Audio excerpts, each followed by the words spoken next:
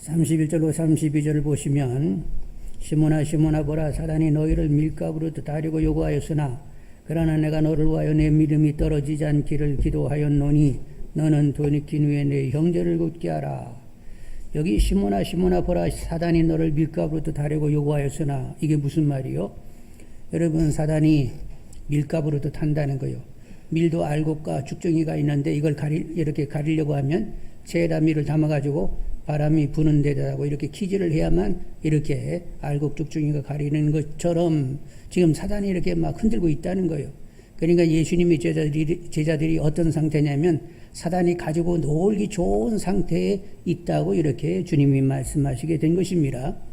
왜 제자들은 사단이 가지고 놀기 그렇게 좋으냐 하면 어떤 이유에서 그런가 하면 24절 한번 보시겠어요. 24절. 또 그들 사이에 그 정도가 크냐 하는 다툼이 난지라. 제자들 가운데 서로 누가 크냐 하는 다툼이 나타났다고 하는데 이게 무슨 말이냐면 예수님이 조만간 임금이 되실 터인데 임금 되면 좌편에 누가 앉느냐 요것으로 이렇게 서로 다투고 있었다는 거예요. 그래서 사단이 밀가부로 탄다 이 말이 나오게 된 것입니다. 여러분 제자들은 예수님이 임금이 된다는 생각을 언제부터 했지요?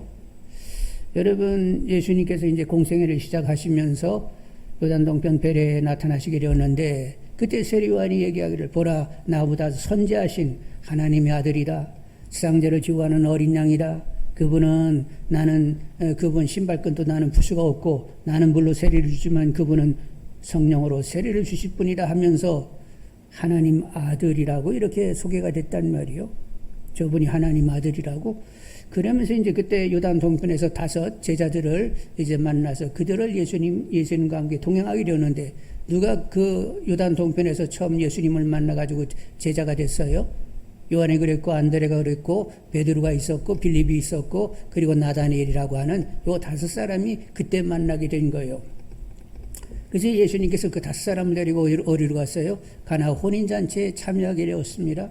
근데 그 혼인잔치에 시간이 지나면서 포도주가 똑 떨어졌네. 그랬더니 어머니 마리아가 예수님에게 얘기하기를 이거 포도주가 다 떨어졌다네 이렇게 말씀하시는 거예요. 그래가지고 이제 돌 항아리에다 물을 다 가득가득 채우게 했습니다. 그리고 갖다 떠주라고 했어요. 그래서 이제 가서 이렇게 먹었는데 막 그 술이 그냥 되게 잔치집에서 처음에는 좋은 술 내놓다가 끝머리는 좀 안 좋은 술을 내놓는데 이 집은 처음에 좋은 술 내놓는데 나중에는 아주 좋은 백포도주가 나온 거요. 그래서 이거 참 이놈의 집은 희한하다. 그러면서 사람들이 웅성웅성하고 놀라게 됐단 말이요. 그래서 이제 제자들은 물이 포도주 되는 것을 보았습니다. 어메 하나님 아들이 아들인게벼. 이제 이렇게 생각을 하게 되었던 거죠. 근데 그 뒤로 각색병을 다 고칩니다. 못 고치는 병이 없어요. 중풍소경, 벙어리, 귀머거리, 연병, 혈루병, 손마른 병, 가지가지 모든 병을 고치는 거예요. 그때마다 제자들이 다 놀랐습니다. 그리고 귀신들도 예수님이 계시면 지들이 알아보고 지극히 높으신 하나님의 아들이요 우리를 괴롭게 하러 오셨습니까? 말을 이렇게 시작을 하네. 너희들 떠나가라 그러면 찍소리도 못하고 알았어요 하고 그냥 다 떠나는 거요. 어떻게 이렇게 권세가 이렇게 크신 분인가? 하나님 아들이 맞기는 맞아. 그 뒤로도 이제 또 이렇게 말씀을 전할 때 보면 당시에 서기관들이 가르치는 거하고는 이런 어떤 깊이라든가 수준이 완전히 다르는 거예요. 그래가지고 처음에 이제 세리요한이 하나님 아들이라고 시작을 해가지고 표적 기사들이 막 일어나게 되니까 저런 분이 임금되면 얼마나 좋아. 하나님 아들이 이렇게 직접 이 땅에 오셔가지고 임금이 되면 얼마나 좋아. 그러면서 예수님이 정치적인 메시아가 되기를 그들은 소망했습니다. 그 당시 이제 로마 제국 밑에 있었으니까 로마 제국을 망하게 하고 유다 제국을 세우고 그런 놀라운 이런 일을 하시면 좋겠다. 이런 생각을 했어요. 여러분 역사 가운데 이런 세속 역사고 모든 역사 가운데 어떤 임금이 막 병도 다 고치고 막 귀신도 쫓아내고 막 그런 임금이 있었어요? 없었어요? 역사를 제대로 배웠구만. 한 사람도 없었어요. 근데 예수님 막 그런 일을 하시게 되니까 이 예수님이 만일 임금되면 다윗보다도 더 훨씬 출중한 인물이 되실 것이고 그리고 이스라엘 남북의 통일이 아니라 그냥 전 세계적인 제국을 만드실 분이다. 이렇게 이제 그림이 점점 이렇게 제자들이 그려지게 되었는데, 그런데 그건 자기들 생각이었지 주위 사람들이 그렇게 생각하는지를 확인을 못하고 있었던 거예요. 그런데 이제 공생애가 2년 정도 지났을 때에 결정적인 순간이 왔습니다.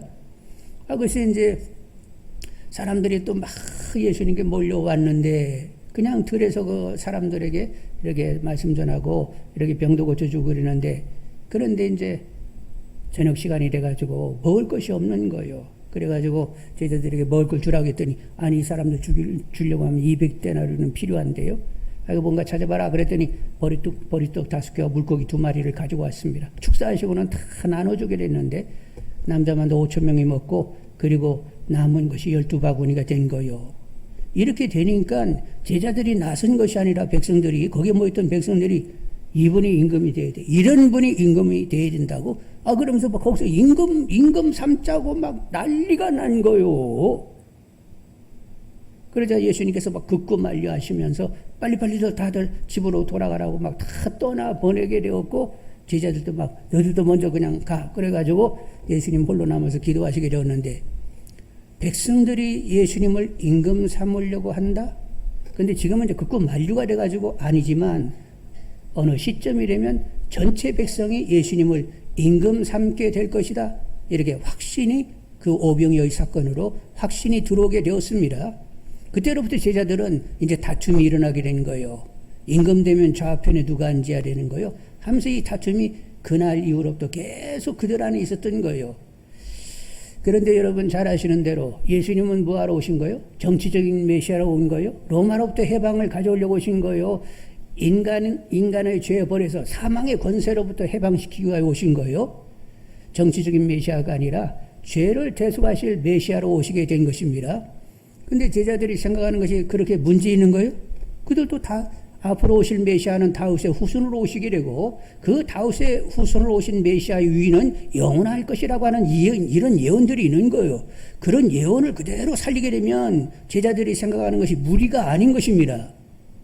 근데 하나님의 본 의도는 여인의 후손으로 오셔가지고 많은 사람들의 속죄제가 되게 하기 위하여 예수님이 이 땅에 오시는 거예요. 근데 여러분 생각할 때, 여러분도 거기 제자라고 했으면 다윗의 후손으로 와가지고 이렇게 위가 길게 되는 영원한 그런 그림을 더 쉽게 그리겠어요? 아니면 막 십자가에서 물과 피를 쏟으면서 모든 인류의 죄를 대신하는 그런 메시아의 그림을 여러분 그리기가 쉬울 것 같아요?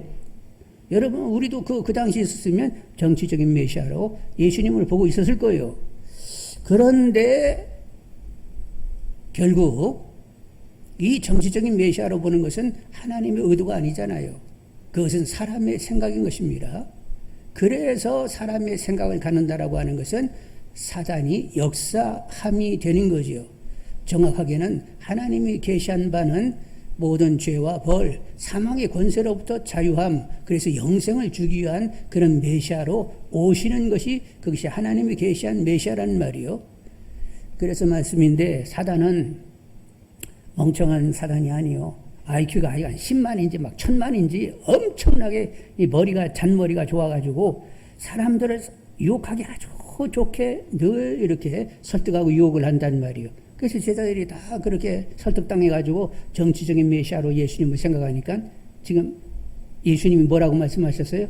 사단이 가지고 놀기 좋은 상태에 있다고 이렇게 지적하시게 된 거지요.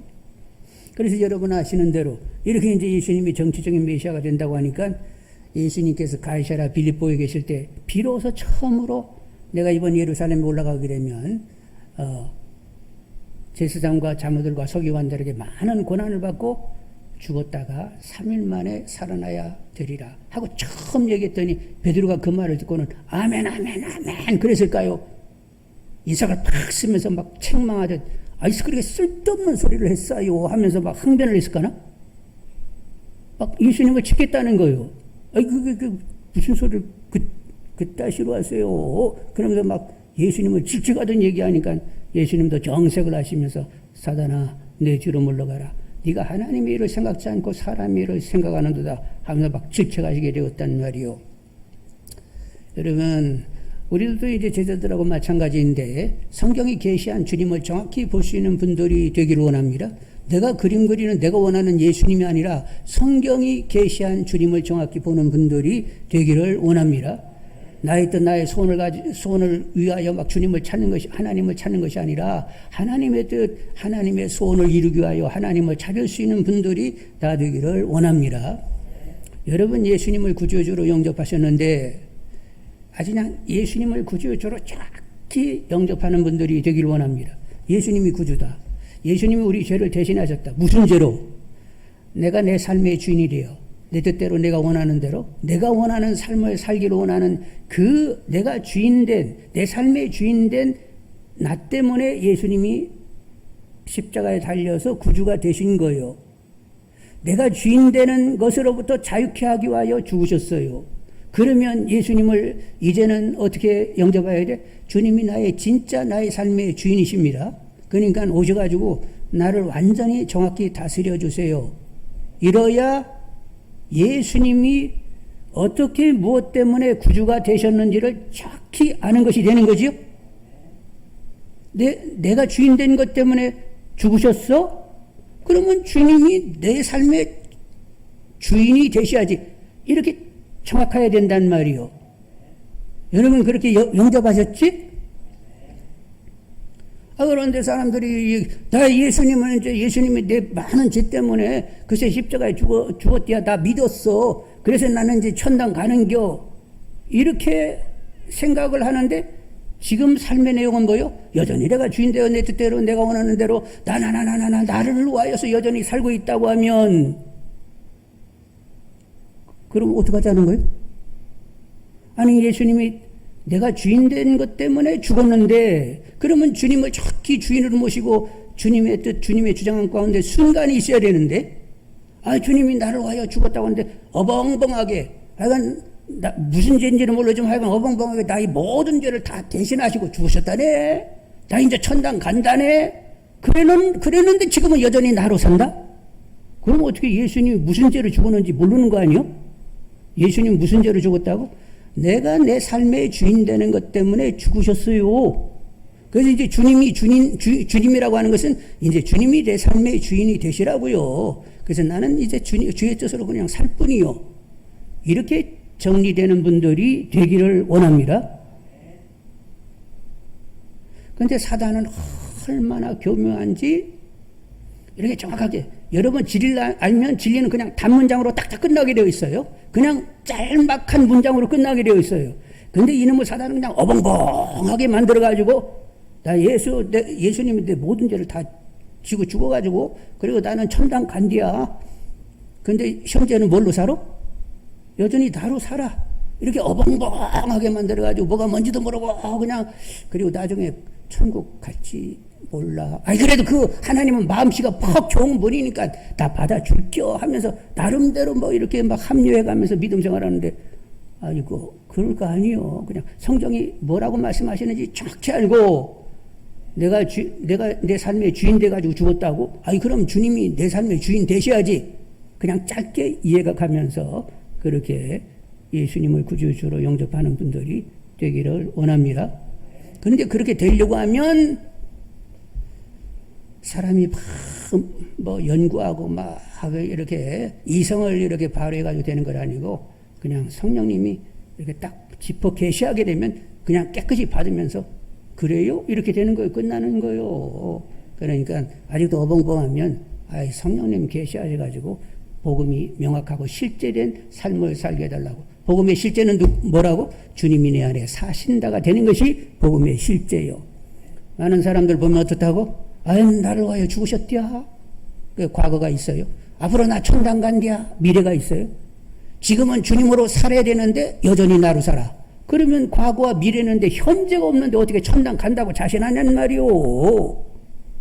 그러니까 현재, 과거, 현재, 미래가 그냥 다 있어지는 이런 신앙생활을 살아야 된다는 말이에요. 그러니까 지금은 누구로 살아야 된다? 내 안에 오신 주님으로 살아야 돼요. 주님의 마음이 흘러야 되고 주님의 뜻이 이루어져야 되고 그래서 이렇게 늘 주님이 드러나는 이런 증거인의 삶을 살고자 하는 분들이 다 되기를 원합니다.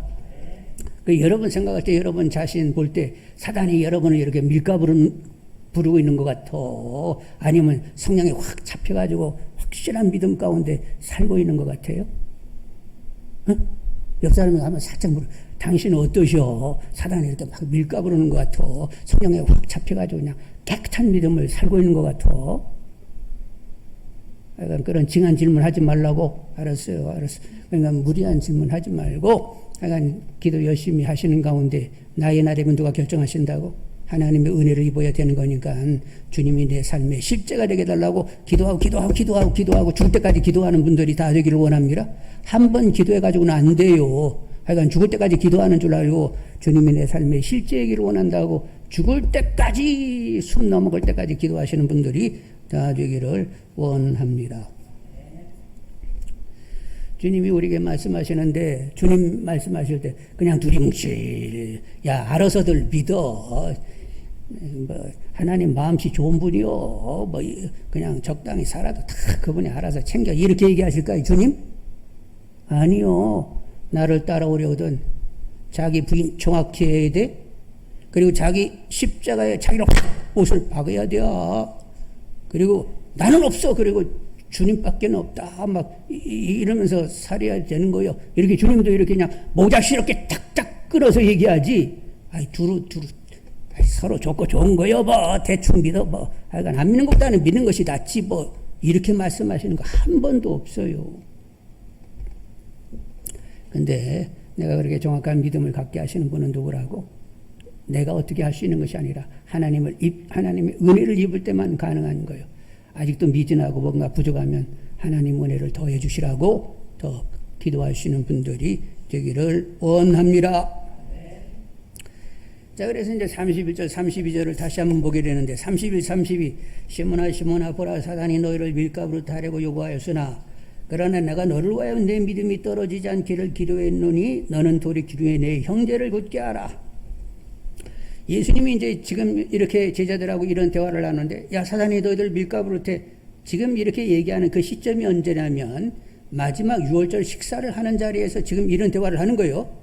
공생의 3년 동안 예수님의 제자들이 늘 이렇게 쫓아다녔는데 3년 마감하면서 예수님이 제자들에게 점수를 줬는데 뭐라고 줬어요? 수, 미양, 가면 뭐요? 가! 이렇게 매겼어. 네? ABCD 뭐 이런 게 있으면 F 하고 이렇게 점수를 매겼단 말이요.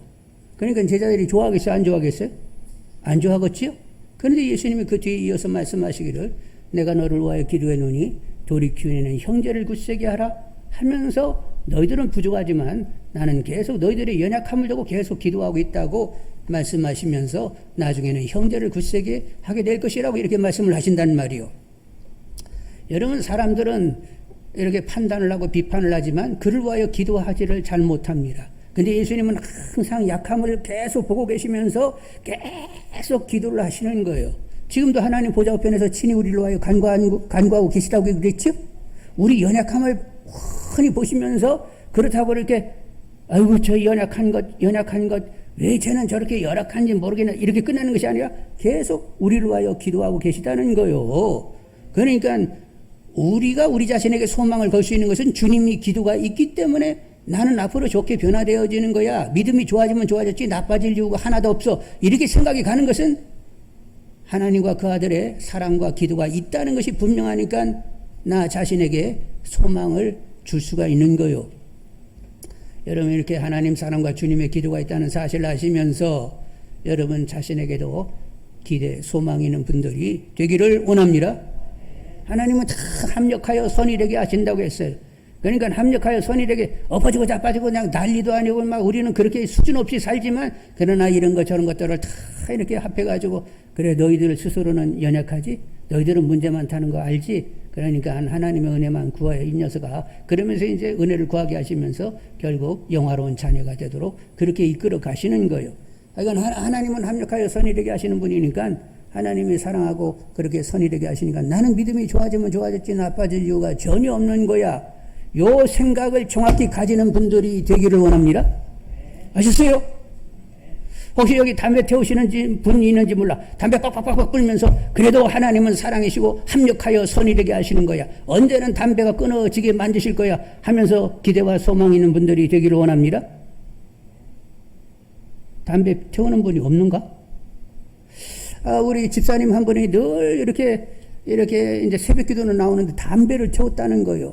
그래서 이제 새벽 기도 막 여기 참여하려고 하면서 저 바깥에서 전봇대 밑에서 담배를 딱 빨고 들어오고 그랬다네. 근데 어느 날 담배를 딱 빠르는데 성도님이 옆으로 지나가는데 그분이 뭐라고 얘기하지도 않았는데 굉장히 막 부끄럽고 이게 할 짓이 아니구나. 그날부터 끊었다는 거 아니에요. 그리고 이제 우리 가끔 보면 막 술만 먹고 그냥, 술 먹는 사람이 이게 때가 없더라고. 막 새벽 2시, 3시에도 막, 목사님, 허천 목소리로. 그리고 이제 일절하면 끝나면 좋은데 이게 술 취하면 이게 시간이 끝날 줄을 모르네. 그런 사람도 있는데, 그러니까 술을 마시고 취해서도 하나님은 사랑이셔. 주님은 나를 위하여 항상 기도하고 있어. 언젠가는 술이 끊어질 거야. 이렇게 자기에 대해서 소망을 가지는 분들이 되기를 원합니다. 아멘 했어요? 여러분, 주님은 항상 우리 연약함을 이렇게 보시면서 끌만 차는 것이 아니라 계속 기도하고 계시는 거예요. 그래서 지금 제자들에게 얘기하죠.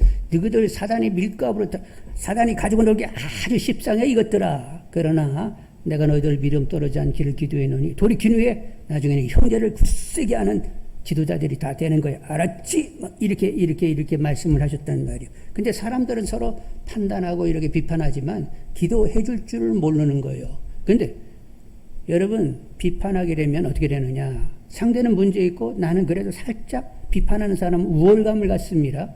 그러니까 문제의 대상은 이렇게 좀 무시하는 꼴이 되는 거예요. 그리고 다툼이 일어날 수 있습니다. 이거 성령의 역사예요? 사단의 역사예요? 여러분 생각할 때 이거 성령의 역사예요? 사단의 역사예요? 하나님은 모든 인간은 하나님의 형상 따라 지어졌기 때문에 하나님이 지었다는 그것 때문에 모든 사람은 다 존귀하게 여겨야 된다는 거예요. 왼수 사랑하고 너 미워하는 사람 손대하고 너 저주하면 그 사람 축복. 왜 이렇게 이런 얘기를 하는 거예요?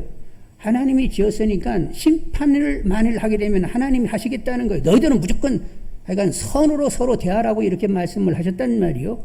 근데 계속 비판만 하고 있으면 모든 사람을 이렇게 선으로 대하라는 말하고 같이 가는 거요. 틀리게 가는 거요. 불순종이요. 순종이요.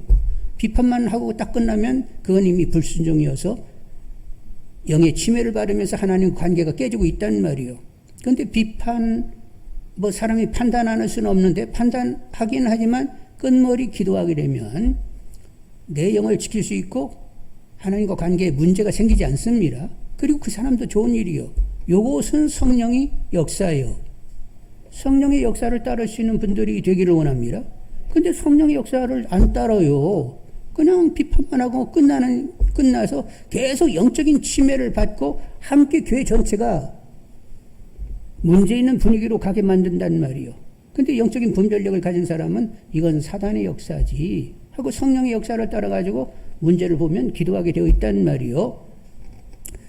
그래서 여러분 영을 지킬 수 있는 분들이 되기를 원합니다.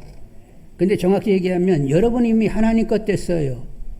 내 영을 지키는 것이 아니라 하나님 것 된 영을 지키고 있는 것입니다. 하나님의 영된 나를 하나님의 것으로 지키기 위하여 하나님 말씀에 순종하는 분들이 되기를 원합니다.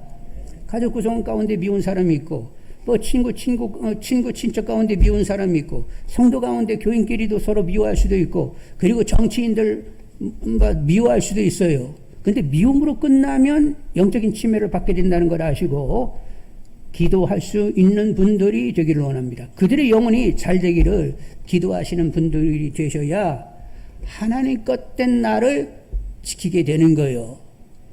여러분 영적인 분별력을 정확히 가지면서 믿음생활을 할 수 있는 분들이 되기를 원합니다. 자, 이제 예수님이 이렇게 기도하셨다는데 나중에 어떻게 제자들이 어떻게 변했어요? 오늘 베드로 사단의 밀가루 대 이렇게 이제 예수님이 베드로에게 얘기했지만 다른 제자들도 다 마찬가지요. 근데 이제 베드로가 어떻게 변했죠? 예수님이 이제 말씀하시고 지금 말씀하시고 다음날 아침 9시에 십자가 달려 죽으십니다. 그리고 3일 만에 부활하십니다. 그리고 40일 동안 제자들하고 함께 있다가 승천하셨습니다. 그리고 또 성령 임하도록 제자들은 계속 열흘 동안 기도하셨지요. 그래서 오순절에 성령 충만을 받게 되었습니다. 제자들이. 그리고 사람들이 확 달라지게 되었어요. 베드로 같은 경우는 한 번 말씀 전했더니 수천 명이 회심하고 돌아옵니다. 그리고 베드로의 그림자만 덮여도 병이 낫고 귀신이 쫓겨나가는 이런 역사가 일어났어요. 이렇게 놀랍게 베드로가 변하게 되었는데, 이렇게 변화가 된 것이 다 누구의 역사라고요? 주님의 기도가 있어서 이렇게 제자들이 변화가 된 거예요. 그런데 주님이 지금도 누구를 위하여 기도한다고? 여러분들을 위하여 여러분들의 연약함을 두고 계속 기도한다는 것 아니요. 그러니까 주님의 기도가 있으니까 나는 변화될 것이라고 계속 기대하는 분들이 다 되시길 바라고, 그리고 여러분 주위의 사람들 연약함과 허물을 보게 되면 계속 위하여 기도할 수 있기를 원합니다. 그래서 우리 사이는 무슨 사이? 날마다 비판하고 막 따지는 사이, 서로 이렇게 위하여 기도해 주는 사이요. 서로 위하여 기도해 주는 사이가 되기를 원합니다. 33절로 34절, 33절로 34절 보시겠습니다. 33, 34절 다 같이 보겠어요. 그가 말하되 주여 내가 주와 함께 오게도 죽는 데에도 가기를 각오하였나이다. 이르시되 베드로야 내가 내게 말하노니 오늘 닭 울기 전에 내가 3번 나를 모른다고 부인하리라 하시니라. 예수님이 너희들 사단이 밀가 부를 때 너희들 믿음 떨어지지 않길 기도했다 이렇게 얘기하니까 베드로가 들을 때 자기들을 굉장히 예수님께서 이렇게 수준 이하로 약하게 보신다 이런 마음이 들었는지, 그래가지고 그냥 확실하게 우리를 좀 믿어보세요 뭐 이런 투로 말을 건네게 되었습니다. 주여 내가 주와 함께 오게도 죽는데도 가기를 각오하였습니다. 우리를 그렇게 좀 이렇게 우습게 보시면 안 돼요. 하여간 우리도 이게 기본이 있고 하여간 주님을 위하여 이게 살 마음이 정확하다고 그랬더니 예수님께서 뭐라고 말씀하셨어요? 네가 너를 잘 몰라. 너 자신을 알아야 돼. 그러시면서 베드로야 내가 내게 말하노니 오늘 닭 울기 전에 내가 3번 나를 모른다고 부인하리라 이렇게 말씀을 하시게 되었던 거예요. 여러분 하여간 우리는 하나님 앞에 무가 되어야 된다는 사실을 아시는 분들이 되기를 원합니다. 우리가 하나님 앞에 나는 능력도 없고 지혜도 없고 아무것도 아니에요. 나는 그냥 문제 많아요 하고 이렇게 하나님 앞에 무가 되어야 하나님은 창조적으로 유를 만들어내시는 분입니다. 창조라고 하는 것은 있는 데서 있는 것을 만드는 것이 아니라 없는 데서 있는 것을 만드시는 분이라는 말이에요. 그러니까 나의 무를 하나님 앞에서 인정하는 분들이 되셔야 된다는 말이에요. 애쓰고 힘써도 아무것도 안 되네요. 그리고 하나님의 신으로 되는 거예요. 내가 막 노력하고 막 이런다고 되는 건 아니네요. 그래 하나님의 은혜로 되는 거예요. 하여간 하나님 앞에서는 계속 나는 무로 서야 된다는 말이에요. 그러면 그분이 유를 만들어내시는 거예요. 그러니까 자기를 조금이라도 신뢰하고 의지해서는 안 된다는 말이죠. 자, 그래서 이제 어떻게 일이 진행이 됐어요? 자, 식사 끝났습니다. 겟세마네 동산에 갔습니다. 기도하러. 그런데 거기 대제사장의 하숙들이 가룟 유다의 인도를 받아가지고 왔습니다. 그래서 예수님 붙들렸습니다. 그래서 직전 대제사장 안나스 집을 경유하여 현직 가야바 대제사장의 집에 들어가게 되었습니다. 그래서 이제 그 뜰에서 예수님이 신문을 받게 된 거예요. 그때 이제 그때 요한과 베드로가 거기 뜰까지 같이 갔어요. 요한이 그 대제사장 집안하고 이렇게 뭐 관련이 있어가지고 요한이 가니까 거기서 문을 지키는 사람이 통과시켰습니다. 그래서 요한 따라서 이제 베드로가 들어가게 됐는데 안뜰에서는 예수님이 신문 받고 밖에서는 이제 베드로가 불을 이제 저녁이니까 불을 쬐고들 있었단 말이요. 그때 정황을 여러분 성경을 통하여 확인하도록 하겠습니다. 54절로 60절. 54절로 60절 같이 읽으면 예수를 잡아 끌고 대제사장의 집으로 들어가세 베드로가 멀찍이 따라가니라. 사람들이 들 가운데 불을 피우고 함께 앉았는지라. 베드로도 그 가운데 앉았더니 한 여종이 베드로의 불빛을 향하여 앉은 것을 보고 주목하여 이르되 이 사람도 그와 함께 있었느니라 하니 베드로가 부인하여 이르되 이 여자여 내가 그를 알지 못하노라 하더라. 조금 후에 다른 사람이 보고 이르되 너도 그 도당이라거늘.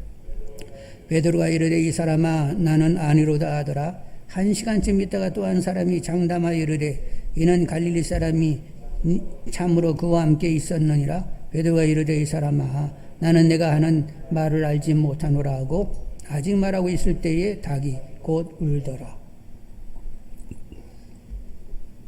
그래서 이제 베드로가 거기 이제 들어갔는데 거기서 사람들이 알아보는 거요.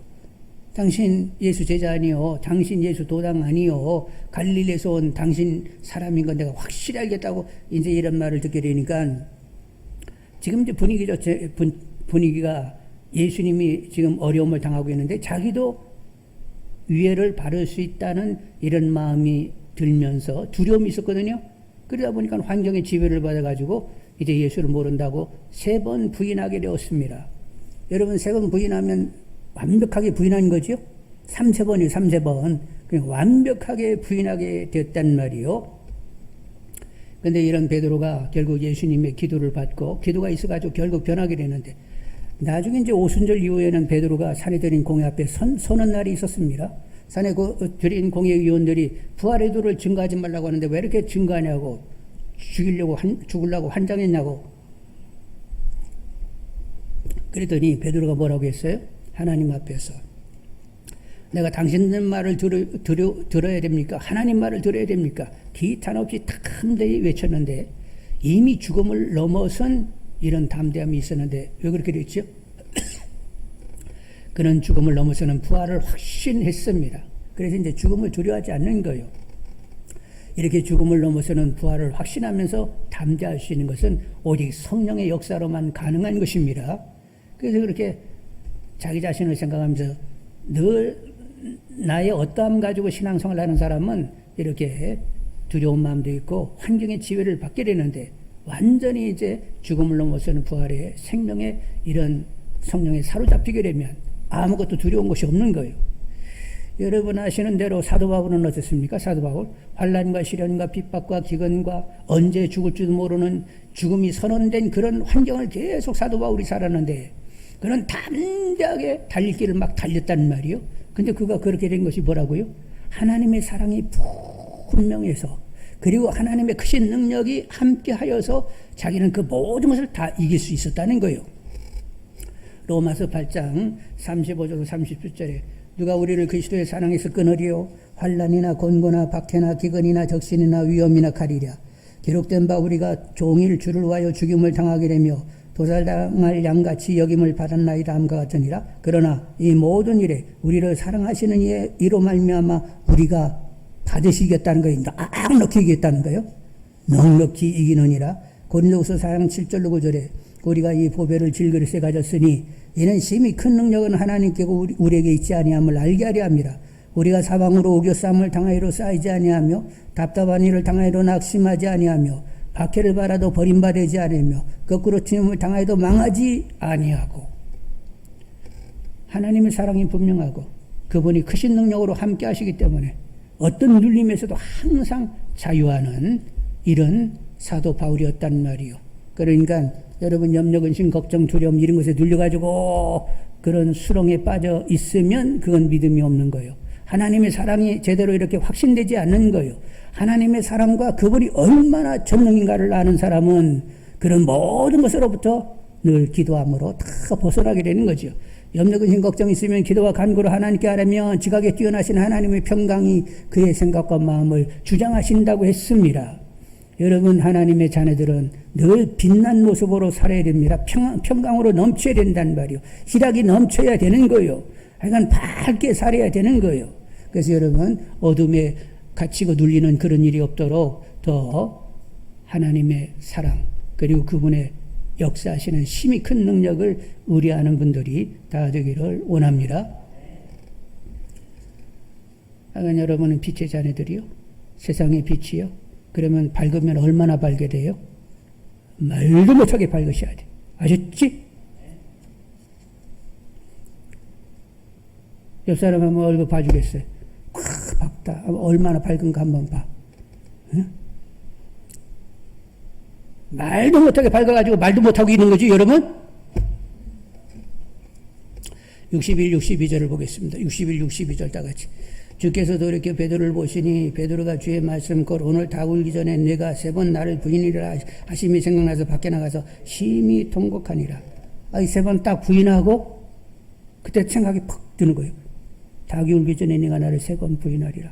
그 말이 떠오르면서 안뜰에 계신 주님 등을 보게 되었어요. 그쪽에서 신문 받고 계시니까 그쪽을 향하여 이렇게 보게 되었는데 글쎄 주님도 돌이켜서 베드로를 보는 거예요. 그래서 주님 마주쳤습니다. 그래서 베드로가 주님의 눈을 이렇게 보았습니다. 그때 주님의 눈빛이 어떤 빛이었죠? 여러분 그때 옆에서 봤잖아. 예?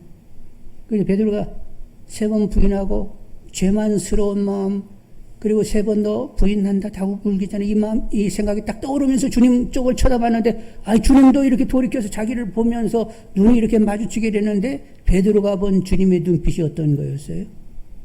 예? 정죄하는 눈빛이었어요?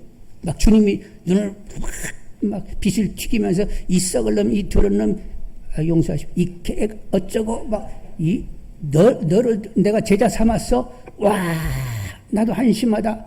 이 망할 우리 시골 말로 하면 이 벼락 맞아.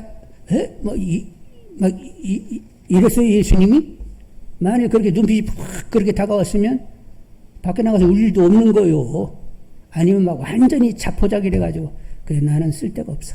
그리고 그냥 그걸로 끝장냈을지도 몰라. 그런데 주님의 눈을 다 보는데 주님께서 긍휼의 눈빛을 가지면서 소망의 메시지를 주는 거예요. 내가 뭐라고 했어? 사단의 밀가부로 한다고 했지.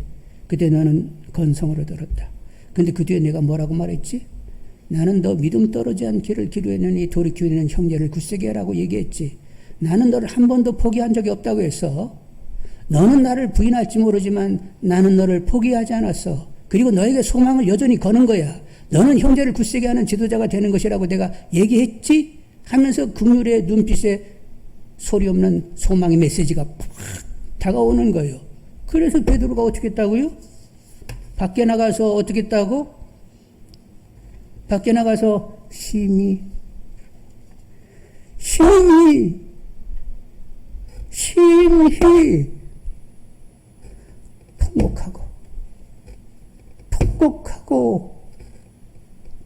통곡했다는 건 아니요. 여러분 주님의 시선 앞에 삶을 사는 분들이 다 되기를 원합니다. 누가 여러분에게 행복을 가져오고 자유함을 주고 평안함을 주고 삶의 의욕을 가져다 주는 그렇게 시선을 보낼 분이 누가 있어요? 주님 외에는 그런 분은 없는 거예요. 그래서 주님을 의식하고 그분의 시선 앞에 삶을 사는 것이 최고의 선택인 줄, 가장 큰 은혜와 영광인 줄 아시는 분들이 다 되기를 원합니다. 주님은 임마누엘 우리와 함께 하세요. 항상 우리의 약함을 보고 계세요. 긍휼로 대하세요. 당신이 포기하지 않고 소망을 건넌 너도 너 자신을 포기하지 않고 소망을 걸으라고 계속 메시지를 주고 계시는 것입니다. 보고 들으시는 분들이 다 되기를 원합니다. 주님이 나를 사랑하시고 나에게 그렇게 소망을 걸고 일어난 나는 나의 가치감을 가지며 소망 가운데 저는 살겠습니다 하는 다짐이 계속 있어지는 분들이 되기를 원합니다. 그리고 이제 주님 모시고 사니까 내 시선이 주님의 마음을 담은 시선이 되게 달라고 기도하는 분들이 되기를 원합니다. 그래서 나를 보면 사람들이 주님을 느끼면서 그들이 자유함이 있고 기쁨이 있고 소망을 가지고 삶의 의욕을 갖게 하는 시선을 갖는 저가 되게 달라고 계속 기도하시는 분들이 되기를 원합니다. 자, 우리는 주님을 만나게 되는데 내가 원하는 하나님 주님이 아니라 하나님 주님이 원하는 그 사람이 되기를 소원하는 분들이 되기를 원합니다. 우리가 판단할 수는 있지만 판단으로 그치게 되면 그것이 비판이 되면 이미 나는 영적인 침해를 받게 되어 있어요. 비판하지 말라고 하는데 비판했으니까 불순종이고 관계가 하나님과 깨지는 거예요. 그런데 판단하지만 끝머리 기도하게 되면 하나님과 관계는 여전하게 되고 오히려 더 친밀하게 되는 거예요. 그리고 하나님의 사랑과 심히 큰 능력이 항상 함께하기 때문에 우리는 눌릴 수가 없는 거예요. 내가 벗어나는 것이 아니라 하나님이 이기게 하십니다. 벗어나게 하십니다. 여러분 자유하는 인생들이 다 되기를 원합니다.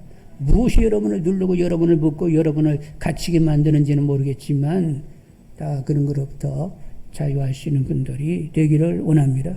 하나님의 선하신 뜻을 가지고 나를 주장하고 있으면 내가 뭐 염려하고 걱정할 것이 뭐 있단 말이요. 그분이 그냥 주장 따라 나는 사는겨 하면서 하나님과 동행하며 하나님의 은혜를 누리며 하나님으로 사는 분들이 다 되기를 원합니다. 사람은 아주 시선이 중요해요.